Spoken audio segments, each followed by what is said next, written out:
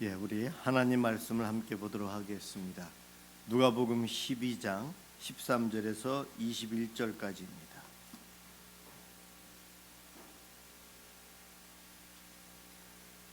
누가복음 12장 13절부터 21절까지입니다. 제가 봉독해 드리도록 하겠습니다.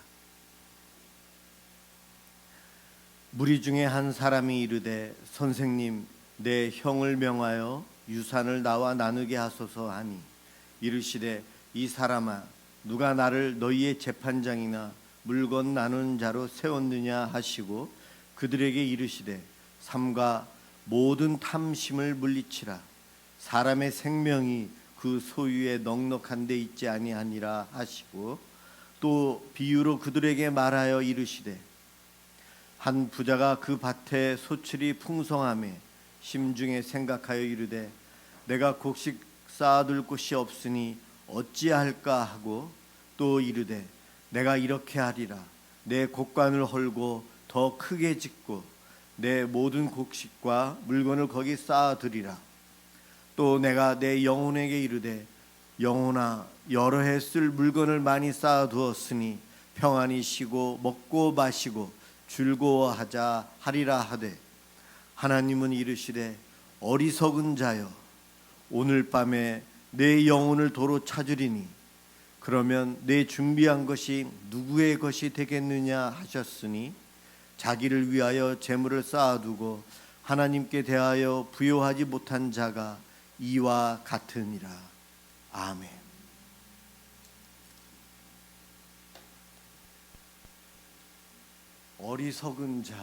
어리석은 자라는 제목으로 함께 말씀을 통해서 은혜를 받고자 합니다.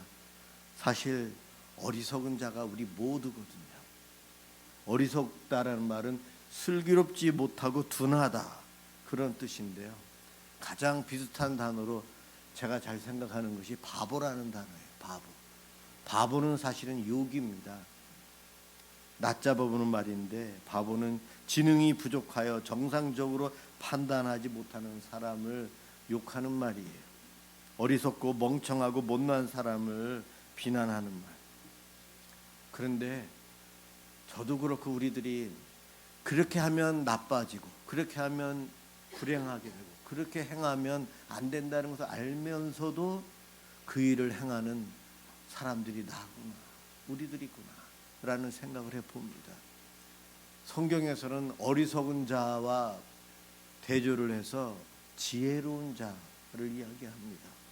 오늘 말씀을 통해서 어리석은 자가 아닌, 바보가 아닌 지혜로운 자로서의 삶을 우리는 살아야 됨을 깨닫고, 또 그러한 삶을 누리시기를 간절히 소망합니다. 최초의 아담과 하와, 그들은 하나님 말씀에 불순종해서 죽음을 맞이하게 돼요. 먹으면 진정 죽으리라, 먹으면 죽는다는 것을 알았는데도 불순종해서 선악과를 먹었어요. 그 결과가 죽음, 그 에덴 동산에서의 삶에서 쫓겨난 거예요. 가인과 아벨, 최초의 살인자 가인, 형제의 우애를 지키며 행복하게 살아야 되는데 동생을 죽이면 행복할까? 죽이면 불행해진다는 걸 알았는데도 죽입니다. 인류가 바벨탑을 쌓았어요. 바벨탑을 쌓아서 신처럼 되리라, 신에게 대항을 하고 하나님처럼 우리가 살 거야. 열심히 바벨탑을 쌓았지만 그 결과가 어떻게 됐습니까? 언어가 달라지면서 혼잡해지면서 서로 분리되었어요.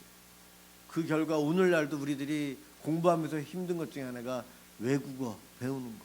각 나라마다 언어의 차이가 있어서 무역을 하는데도, 여행을 하는데도 이 언어 때문에 힘들고, 우리의 자녀들이 외국어를 공부하는 것도 힘들어합니다.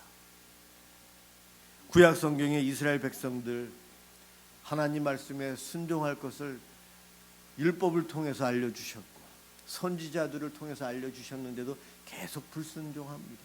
제가 언젠가 말씀드렸어요. 구약 성경이 왜 두꺼운지. 구약 성경 뒤에 대선지서도 있고 소선지서도 있어요. 목사지만 저도 거기를 공부하고 하는데 힘들어요. 주제는 똑같은데 사람이 바뀌고 상황이 달라요. 불순종할 때마다 순종하라고 선지자를 보냈는데도 불순종합니다. 하나님은 사랑하셔서 또 다른 선지자를 보내고 또 다른 선지자를 보내고 순종할 것을 계속해서 하나님은 요구하시고 가르치고 경고하셨는데 끝내 바보 같은 이스라엘 백성들은 불순종해서 나라가 멸망해요. 부모가 보는 앞에서 내 자식이 외국으로 포로로 잡혀가요. 그 아들 그 딸들이 포로로 잡혀가서 노예가 될지 가다가 죽을지도 모르는 생이별을 그 불순종으로 인해서 이스라엘 백성들이 경험합니다. 참 바보스러워요. 수많은 선지자가 그토록 외쳤지만 듣지를 않았어요. 복음서에 보면 유대인들은 메시아를 기다렸는데 메시아가 바로 눈앞에 나사렛 예수님으로 오셨는데도 못 알아보고 해코지하다가 끝내는 그 메시아를 십자가에 못 박아 죽입니다. 그 죄로 이스라엘이 2000년 동안 흩어지고 고난당한 삶을 살잖아요. 이렇게 볼 때에 참 바보스러운 사람들이 참 많았어요. 그래서 성경에서 그래도 지혜로운 사람들 중에 여리고성에 있었던 기생 라합이라고 하는 그 여인, 하나님을 본 적도 없는데 소문으로만 이스라엘 백성을 이끄시는 하나님은 홍해를 건너게 하셨고 40년 동안 광야 생활에서 그 수십만의 이스라엘 백성들을 보호해 주신 분이신데 이 가나안 땅을 그 하나님이 이스라엘 백성들에게 준다는 소문이 들려왔어요. 그들이 바로 코앞에까지 왔다. 정탐꾼이 왔는데 그녀는 목숨을 걸고 그 정탐꾼을 보호합니다. 생전 듣지도 못했던 하나님을 소문으로만 들었던 그 하나님을 믿는 선택을 해요. 그녀의 그 지혜로운 선택으로 그녀 집안에 들어와 있었던 그의 가족들, 식솔들, 친인척들은 여리고성에 함락될 때 다 살아납니다. 왕 중에 다윗 왕, 왜 유명할까요? 왕이라는 단어는 군림하는 자예요. 통치하는 자예요. 다스리는 자고 최고 높은 곳에 있어요. 그런데 다윗은 왕이 되는 순간 나는 하나님의 종입니다. 왕인데 종이라고 표현을 합니다.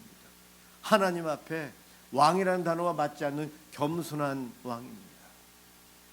세상의 모든 왕들은 자기의 권력으로 다스리고 빼앗고 백성들이 심지어 자기의 도구로만 쓰는 그러한 왕들인 세상 속에서 다윗은 나는 하나님의 종입니다. 그러한 고백을 해요. 그가 정말 지혜로운 자였어요. 그로 인해서 온 이스라엘이 복을 받습니다. 내가 지혜롭게 살던 아니면 어리석게 바보처럼 살든 둘 중에 하나를 살아야 되는데 그것으로 인해서 결과는 엄청나게 차이가 달라요. 나는 정말 지혜로운 자로서 선택하며 살아가는가. 오늘 본문에 보면 일상적인 사건이 일어났어요. 예수님에게 한 동생이 와서 형제간에 갈등 문제가 생겼어요. 재산을 상속받는 문제로 형제간에 원수가 되었어요. 서로 싸움이 일어났어요. 그래서 그 문제를 해결해 달라고 예수님께 찾아왔어요. 예수님이 랍비인 것이라고 생각을 하고 온 거죠. 당시의 유대인들은 각 동네마다 지금처럼 사법기관이 있는 것이 아니었거든요. 그 동네에서 그래도 랍비라고 하는 분, 존경받는 어르신이 계시면 집안 문제나 여러 가지 사람 간의 어려움이 생기면 도와달라고 해서 그분들이 지혜로 판결해주면 거기에 순종을 했습니다. 이 동생도 이제 상속 문제를 가지고 왔어요. 그런데 이 상속 문제로 두 형제는 원수같이 서로 싸우는 관계가 되어 있어요. 그래서 우리 예수님이 야단을 치면서 탐욕에 대한 부분을 이야기하면서 생명이 더 귀한데 물질 때문에 형제 우애를 버리고 가족의 행복을 잃어버리는 이들에 대한 야단을 치세요. 당시 유대법에는 유산을 부모님이 남기면 형이 3분의 2를 갖습니다. 동생은 3분의 1을 가져요. 그런데 오늘 동생이 유산 문제를 가지고 와서 이야기하는 거 보면은 아마 설명이 없지만 이렇게 추측이 가능해요. 형이 3분의 2를 가진 것 같아요. 동생은 3분의 2를 받았는데 억울한 거예요. 이럴 때 억울할 수 있어요. 그 3분의 2를 형이 갖는 경우는 부모님을 모실 때라는 전제 조건이 있어요. 아마 동생이 부모님을 모시게 되었건 아니면 부모님이 다 돌아가신 상황에서 유산을 받을 때에 형은 3분의 2, 자기는 3분의 1을 가졌기 때문에 동생이 억울해서 이 문제를 해결해 달라고 온 것 같아요. 여러분이라면 어떻게 생각합니까? 당시 상식적으로 봐도 동생이 억울한 것일 수 있어요. 아마 그렇기 때문에 이것을 공론화해서 랍비에게 가서 사정을 하고 많은 사람들이 보는 앞에서 판결을 해달라고 동생이 당당하게 요청한 것 같습니다. 그런데 우리 예수님은 다른 이야기를 하세요. 형제간의 탐심으로 인해서 사이가 벌어진 것으로 인해서 야단을 치세요. 탐심 때문에. 형제는 사랑해야 됩니다. 사랑하고 함께 살면서 행복을 누리며 살아야 되는데 재산 문제로 갈등이 생겨서 행복이라는 것을 잃었어요. 바보 아닌가요? 바보죠. 그런데 우리도 이렇게 살아가고 있다는 거예요. 그럴 때 우리 예수님께서 비유를 통해 말씀하십니다.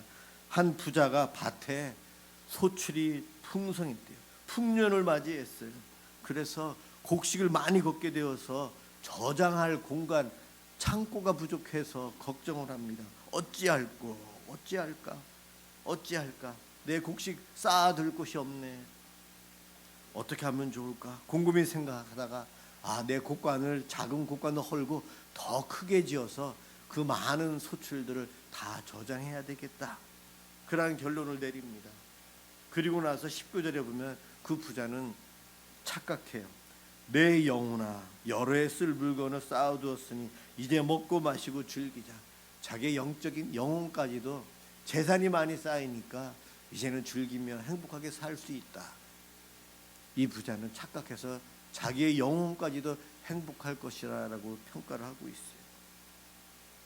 자, 우리가 볼 때에 이 부자는 탁월하고 능력이 있는 사람 같습니다.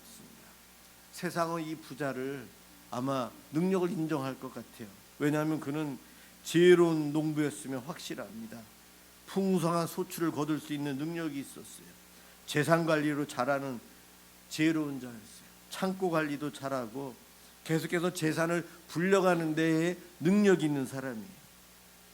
그런데 우리 예수님의 비유에 있어서 이 부자는 지혜로운 자가 아니고 어리석은 자예요. 여러분, 세상은 그를 지혜롭다고 판단하지만 성경은 그를 어리석은 자, 바보라고 판단합니다. 그렇게 많이 쌓아두어서 행복할 것 같지만 그날 밤에 하나님께서 그의 생명을 취하시면 그 재산 누구 것이 됩니다. 생명이 누구 것인지 아세요, 여러분? 내 생명이 내 것으로 착각하지만 나를 창조하신 하나님의 것이에요. 하나님께서 내 생명을 거두어 가시면은 나는 죽을 수밖에 없어요. 그게 언제일까요? 아무도 모르죠. 그런데 우리는 내 생명은 영원할 것 같아요. 남들은 뭐 때가 되면 죽겠지. 그렇지만 나는 영원히 살 거야. 착각하고 살아요. 영혼에 대해서는 관심 없이 물질에만 목적을 두고 살아갑니다. 17절에 너무 풍년에 들어서 곡식이 많이 들어오니까 어찌할까? 이 어찌할까라는 것이 우리 사람들의 늘 생각 속에 있어요. 부자는 이 땅에 살아가면서 어찌할까 늘 곰곰이 생각합니다. 수입이 너무 많아서 이것을 어떻게 분배하면서 살까? 더 늘리기 위해서 어찌할까? 많이 쌓아두면 도적이 들면 어떻게 하지? 어떠한 은행으로 어떻게 분산을 할까? 가난한 사람들도 어찌할까 늘 그 생각하면서 살아갑니다. 수입이 적어서 어찌할까? 먹을 것이 없으니 어찌할까? 살 집이 없으니 어찌할까? 사용할 때는 많은데 수입이 없으니 어찌할까? 부자이든 부자가 아니든 우리들은 늘 어찌할까? 어떻게 해야 되나? 그 고민하며 살아갑니다. 그런데 그렇게 고민해야 될 것이 물질, 돈 그것도 있지만 더 중요한 것은 진정한 행복을 지키려면 어떻게 해야 할까? 영적인 행복, 구원, 영생에 대해서 우리가 정말 어찌할까 하며 살아가나요? 그런 생각 안 하시는 분들은, 별로 안 하시는 분들은 바보예요. 바보, 어리석은 자. 우리 예수님이 그걸 말하는 거예요. 우리의 인간사는 다 이 땅에 눈에 보이는 것들을 차지하고 지키고 더 많이 늘려가기 위해서 어찌할까 하며 살아가지만, 성경은 그것도 중요하지만 그것보다는 영적인 구원, 영생, 하나님하고의 관계, 그것에 대해서 어찌할까 하면서 살아야 된다. 그 말씀을 하고 계십니다. 오늘 이 비유에서 부자는 어찌할까 하다가 두 가지 답을 찾아내요. 곡간을 크게 짓고 내가 거기에 쌓아두리라. 이게 첫 번째 그의 답이고, 두 번째 답은 여러 해 쓸 것을 내가 가득히 쌓아두었으니 내 영혼아 먹고 마시고 즐기자. 많이 쌓고 먹고 즐기자가 그의 답이었어요. 이것은 이 부자의 결론이면서 이 땅에 살아가는 세상 사람들의 가치관을 요약한 겁니다. 행복이란 쌓고 먹고 즐기는 것이다 라고 생각을 해요. 그러나 그 행복은 잠시 잠깐이지 진정한 행복이 아니라는 거예요. 영원 속에서의 이 땅에서의 100년간의 삶은 아주 짧은 삶이에요.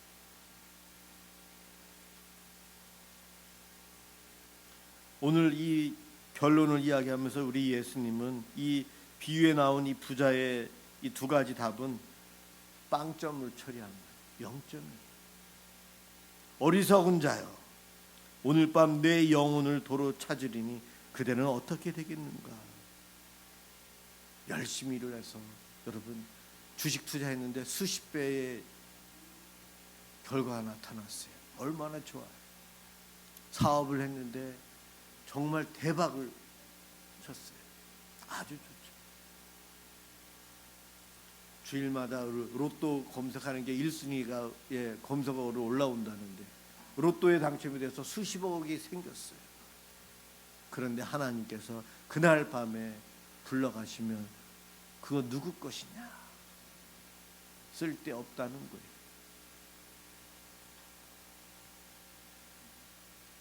부자는 이렇게 이야기합니다. 많이 쌓아줘서 여러 해라는 단어를 써요. 여러 해 동안. 그런데 우리 예수님, 우리 하나님은 오늘 밤 내 영혼을 거두겠다. 여러 해와 오늘 밤이 여기서 서로 대조를 이루고 있는데요. 인간은 아무리 계획을 세워도 영원히 준비할 수는 없어요. 이 땅에서 우리가 준비하는 것들은 대부분은 순식간에 물거품이 되어버립니다. 우리는 물거품이 되어서 사라질 것을 열심히 준비하고 쌓고 살아요. 그래서는 안 되는데, 오늘 본문에 돈 때문에 형제간의 우애를 잃어버리고 행복마저 잃어버리는 바보 같은 형제가 나옵니다. 혹시 내가 그 형제가 아닙니까? 우리는 지금 살아가는 이 시대가 말세라고 해요. 말세 때 나타난 여러 가지 증상을 성경은 감사할 줄 모르는 시대가 된다, 배신하는 자들이 많아진다, 사람들은 더욱더 잔인해진다, 자기만을 사랑해서 부모도 모르고 형제도 모르고 오로지 자기밖에 모르고 산다. 오늘 본문의 이 비유에서 이 부자가 이야기하는 이 원문을 보면은 내 것, 짧은 이 문장 안에 내가, 나의 것 하는 단어가 10번이나 나와요. 자기 중심, 자기밖에 몰라요. 이 말세의 쾌락을 하나님 사랑보다도 더 중요시합니다. 그런가 하면 옛날부터 그랬지만 돈을 더 사랑하게 돼요.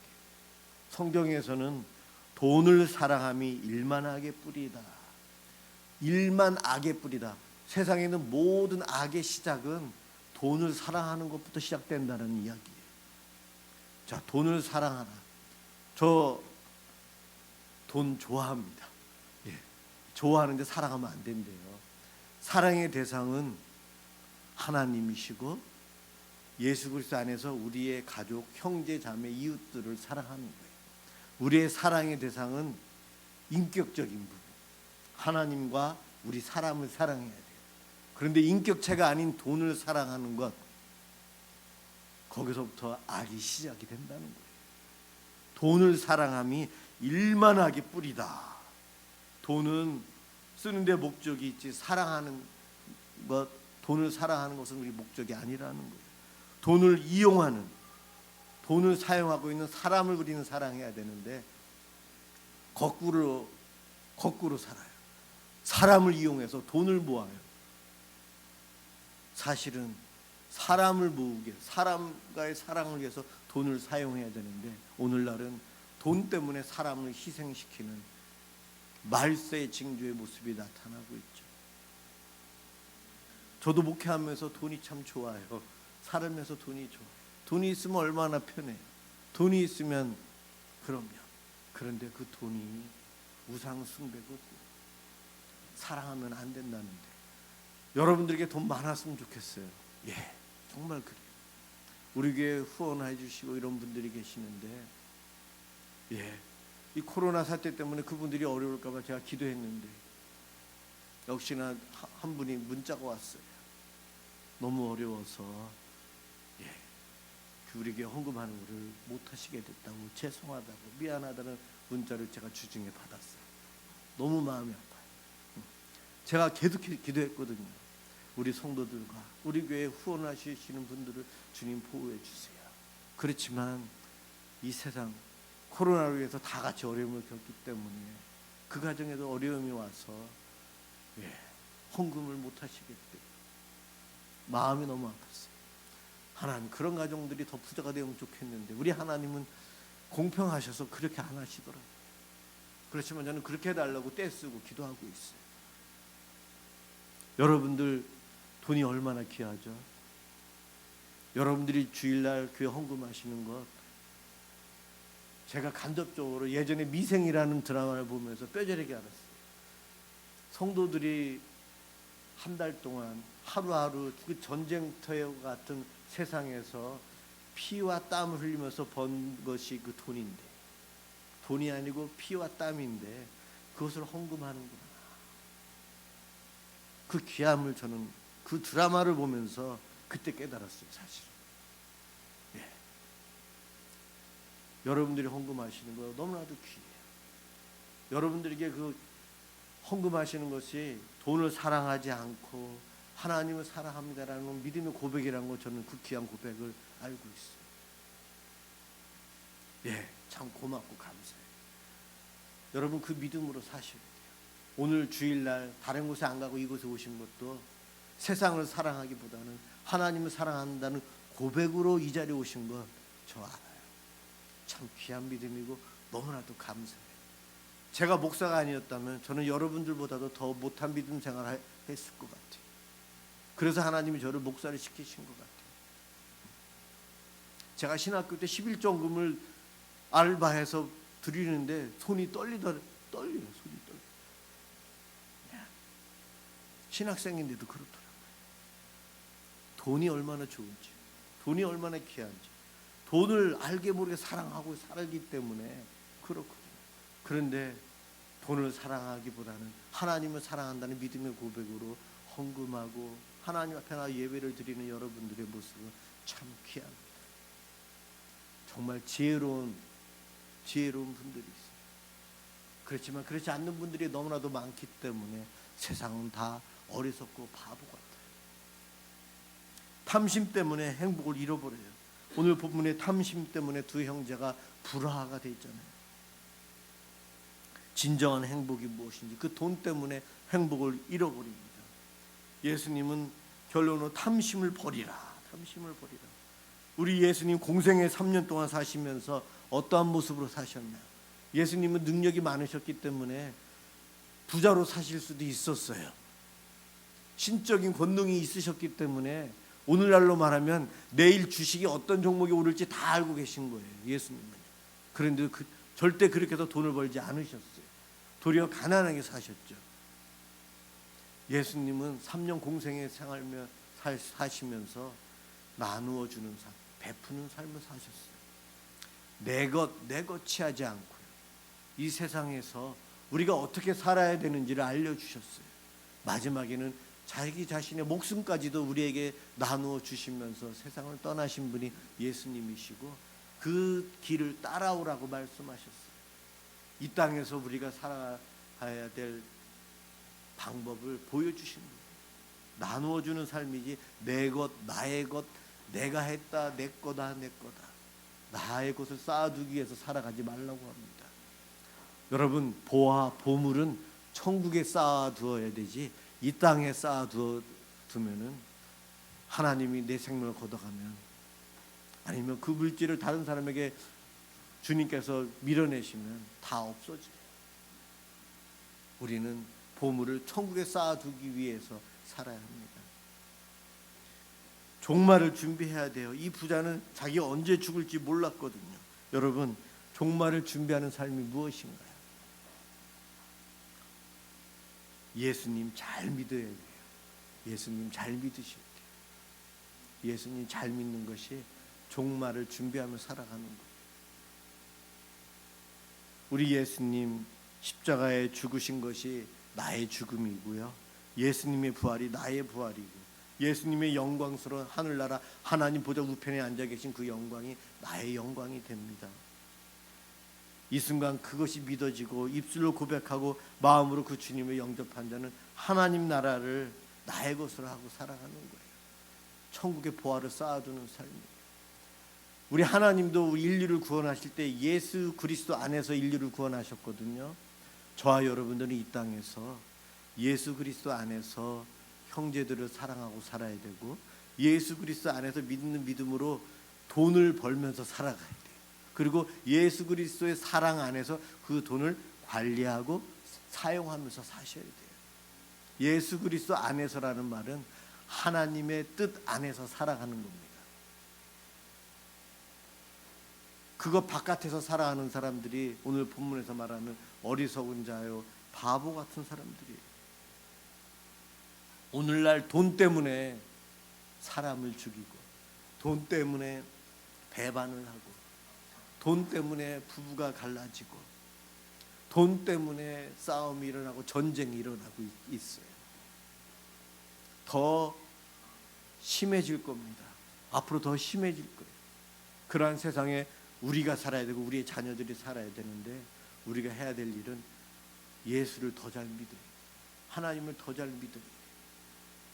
돈을 사랑하기보다 하나님과 예수 그리스도 안에서 사람을 사랑하면서 돈은 우리가 지혜롭게 사용할 수 있는 자가 되어야 됩니다. 지혜롭게 사용할 수 있는 지혜를 강구해야지 돈을 사모해서는 안 된다는 겁니다.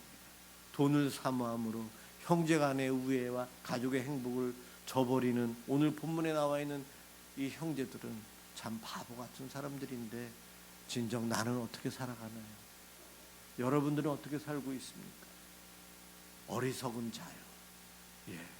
성경에서 예수님이 이 비유를 든 것은 어리석은 자가 되지 말라는 거예요. 다윗 왕처럼, 기생 라합처럼 우리는 지혜로운 자로 살아갈 수 있어요. 그럼 주님이 우리를 구원해 주셨거든요. 우리는 예수 잘 믿으면서 영적인 것을 놓치지 말아야 돼요. 눈에 보이는 돈 때문에 그것이 나를 행복하게 할 줄 착각하게 하지만 우리는 거기서 뛰쳐나와야 됩니다. 돈보다는 행복을 찾아야 되고, 가족의 귀함을, 우리 공동체의 귀함을 우리는 먼저 생각할 줄 알아야 합니다. 어리석은 자여, 물질보다 더 중요한 것이 얼마나 있는지 아는가? 오늘 그것을 이야기하는 거예요.